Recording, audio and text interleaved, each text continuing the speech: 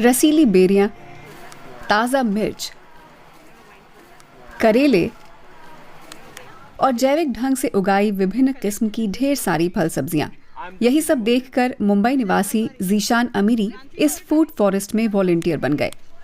उनके घर से 1 घंटे दूर क्षेत्र के सबसे बड़े कैंसर अस्पतालों में से एक की जमीन पर ये फार्म है। मैं कुर्ला के सबसे कंक्रीटदार हिस्से से आता हूँ, जहाँ इमारतें और झुग्गियाँ हैं। खार घर के इतना करीब ये फार्म मुझे मिल गया, मेरी खुशकिस्मती थी। और ये बड़ा ज़रूरी है। इंजेक्शन लगी फल सब्जियों की जगह बढ़िया और ताज़ा सब्जियाँ आपको एक ही जगह मिल जाएं। दूर दूर के औद्योगिक फार्मों से पहुंचाए गए फर्टिलाइजरों और पेस्टिसाइडों के जरिए उगाए जा रहे भोजन के बदले स्थानीय रूप से उगाई जैविक उपज की बात ही अलग है। आज Zeeshan earthen roots community farm से जुड़े करीब 500 वॉलंटियरों में से एक हैं।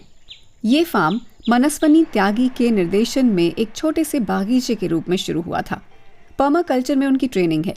इस प्रकार की खेती न्यूनतम बाहरी दखल के साथ कुदरती पर्यावरण में खुद को ढालती है, लेकिन शहर में इसके लिए एक प्राकृतिक पर्यावरण ढूंढना आसान काम नहीं था। फिर मनस्वनी ने सुना कि इस अस्पताल के पास एक उपेक्षित पड़े डंपिंग ग्राउंड का जल्द ही कायापलट होने वाला है। सेंट जूड चाइल्ड केयर सेंटर एक बगीचा बनाना चाहता था, कुछ सजावटी सा जो सुंदर दिखे। लेकिन जो ये समूचा इलाका आप फूड फॉरेस्ट में बदला हुआ देख रहे हैं, वो निर्माण के मलबे को फेंकने का ठिकाना था। वो लोग इस जगह को सुंदर बनाना चाहते थे, तो हमने सलाह दी कि कुछ सजावटी फूल पौधे लगाने की बजाय क्यों ना हम कुछ खाने लायक चीजें उगाएं, जिनसे कैंसर मरीजों को भी फायदा मिले। 12 साल हुए और इस फलते फूलते फूड फॉरेस्ट से अस्पताल में कैंसर का इलाज पा रहे बच्चों को ताज़ा स्वास्थ्यवर्धक चीज़ें अपने आहार में मिलने लगी हैं।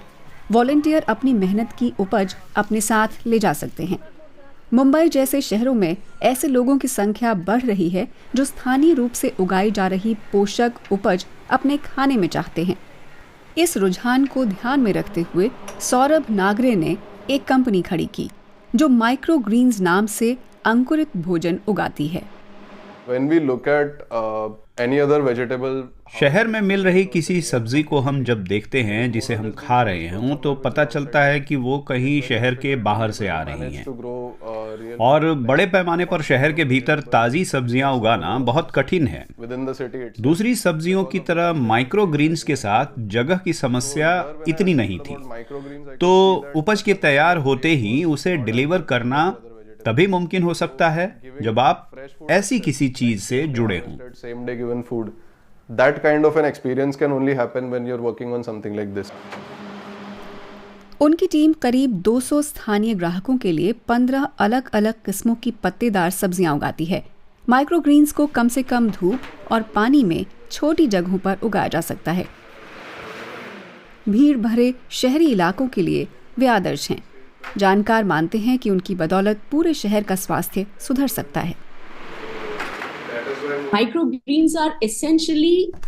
माइक्रोग्रीन्स माइक्रोन्यूट्रिएंट्स के लिहाज से बहुत ज़्यादा उपयोगी होते हैं। वो आहार में पोषण जोड़ते हैं, कैलोरी नहीं। आपकी डाइट की गुणवत्ता बढ़ जाती है। क्वालिटी से हमारा आशय विटामिनों से है, जैसे विटामिन सी, रिबोफ्लेविन या महत्वपूर्ण खनिज। Vitamins like riboflavin or important minerals. When you look at nutrition in India today, अगर आप आज भारत में पोषण की स्थिति देखें, खासकर कम आय वाले घरों या मध्य वर्गीय परिवारों में, तो पोषण को लेकर उनका इकलौता विचार सिर्फ वजन कम करने या वजन बढ़ाने पर केंद्रित होता है। बेहतर गुणवत्ता वाले जीवन को जीने में मददगार भोजन की बात कोई नहीं करता। जीवन शैली बदलावों को लेकर लोग खासे अड़ियल होते हैं। इसलिए कॉलेज का ये विभाग मुंबई के घरों में माइक्रोग्रीन्स पहुंचाने के मिशन में जुटा है। सुवर्णा कोटकर कॉलेज स्टाफ के उस समूह में शामिल हैं जो अपने बूते ये सुपर फूड उगाने और उसे रोजाना के आहार में इस्तेमाल करने के बारे में सीख रहा है। सलाद बनाते हैं, सब्जी, ये चीला तो बनाते ही हैं। अभी इसमें हर एक अलग अलग तरीके से इंग्रेडिएंट्स ये यूज़ करके हम चीले बनाते हैं घर पे। और खाने के लिए हेल्दी भी होता है वो। और ये सब अपने पास रेडी रहता है, कभी भी बनाओ, थोड़ा सोचो अपने लिए अच्छा है, थोड़ा कुछ खा लो, काम करने जाओ, तो इससे पावर सेव रहता है, तो बहुत फ़ायदेमंद है ये अपने लिए। उधर फूड फॉरेस्ट में बबीता राजा अपने ऑटिस्टिक बेटे के साथ 5 साल से वॉलंटियर कर रही हैं। उनके मुताबिक बेटे के लिए ये काम थेरेपी जैसा है।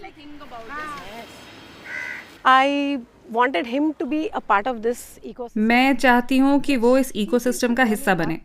उसे वाकई ये पसंद भी है। वो यहाँ मेहमान की तरह आता था, लेकिन अब वो वॉलंटियर है। उसे खरपतवार हटाने, टमाटर निकालने में मज़ा आता है। जब कभी हमारी बालकनी में टमाटर दिख जाता है तो वो चहक कर कहता है, अम्मा टमाटर। उसके लिए वो एक खास तरह की खुशी का पल होता है। मनस्विनी त्यागी कहती हैं कि अर्बन फार्म शहर के निवासियों को प्रकृति से जुड़ने का मौका देते हैं और उनका अंदाजा है कि ये फूड फॉरेस्ट हर साल अपने दम पर करीब 4 टन कार्बन डाइऑक्साइड सोखता है। लेकिन 1 दशक से फलता फूलता आ रहा उनका ये अनूठा बगीचा तेजी से फैलते शहर के चलते खतरे में है। पिछले साल की बात है, कुछ 7-8 महीने पहले हमें बताया गया कि एल आकार की एक सड़क फार्म से होते हुए निकाली जा रही है और ये भी सड़क का हिस्सा ही है। वो निर्माण जब शुरू होगा तो ये पूरा का पूरा फार्म खत्म हो जाएगा। लेकिन कड़ी मेहनत बेकार नहीं गई।